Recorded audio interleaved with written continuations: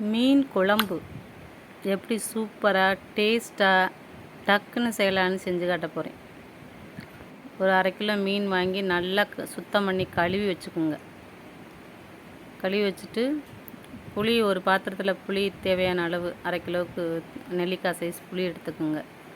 2 பழுத்த தக்காளி பழம் வெட்டி வச்சுக்கோங்க. ஒரு 50 கிராம் சின்ன வெங்காயம் வெட்டி வச்சுக்கோங்க. ஒரு 2 பச்சை மிளகாய் வெட்டி வச்சுக்கோங்க. எல்லாம் ரெடி பண்ணி வச்சுக்கிட்டு அடுப்பத்தை வச்சு பாத்திரத்தை வச்சுட்டு பாத்திரத்தில் ஆயில் ஊற்றி ஆயில் காஞ்சதும் வெந்தயமும் சோம்பும் போடுங்க. மீன் குழம்பு, புளிக்குழம்பு, கருவாட்டு குழம்புக்கெலாம் வெந்தயமும் சோம்பும் போட்டிங்கன்னா நல்லா டேஸ்ட்டாக இருக்கும், வாசமாக இருக்கும், அந்த கவுச்சி வாடையெல்லாம் வராது. அதனால் போட்டு அது நல்லா பொரிஞ்சதுக்கப்புறம் சின்ன வெங்காயம், கருவேப்பிலை, பச்சை மிளகாய் போட்டு நல்லா பொன்னிறமாக வதக்கிங்க.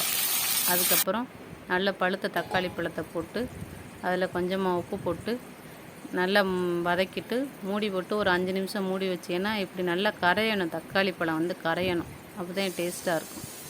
அதுக்கப்புறம் தேவையான அளவு நமக்கு மிளகாத்தூள் அதில் போட்டு நல்லா வதக்கிக்குங்க. வதக்குனதுக்கு பிறகு அடுத்து அந்த புளி ஊற வச்சுருக்கோம்ல, புளியை கரைச்சி நல்லா வடிகட்டிட்டு அதில் தேவையான குழம்பு மிளகா தூளை கலக்கி இதில் தாளிப்பில் ஊற்றிடுங்க.